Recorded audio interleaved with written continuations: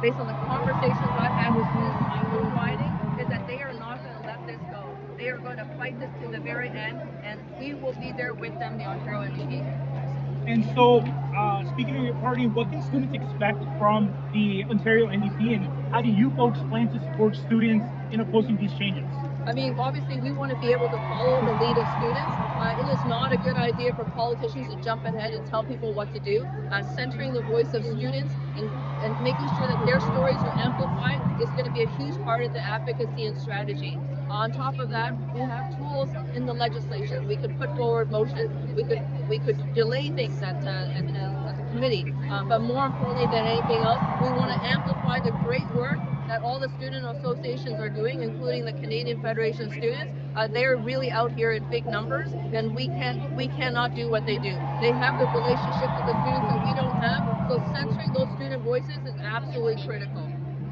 So, the state of education clearly is a huge crisis, but this crisis didn't start at this most recent announcement. It's been a long time coming, based on decisions of the provincial government.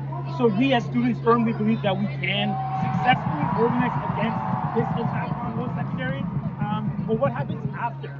And how will you folks defend the state of education in Ontario? I mean, I think the Ontario NDP has been the only party consistently supporting post-secondary institutions and students and faculty. We've centered the quality of education, the access to education, and fought to ensure that tuition prices are low.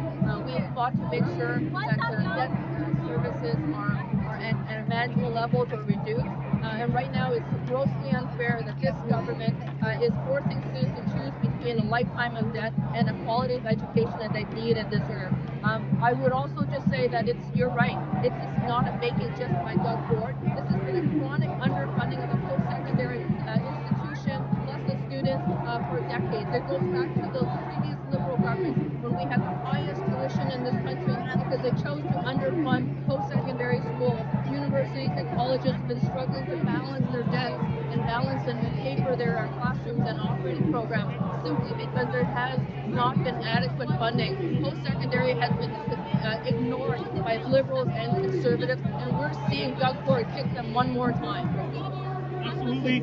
Speaking of one more time, we've seen earlier in this year, the Ford government introduced Bill 33, and that bill is still looming over students, over institutions, over campuses.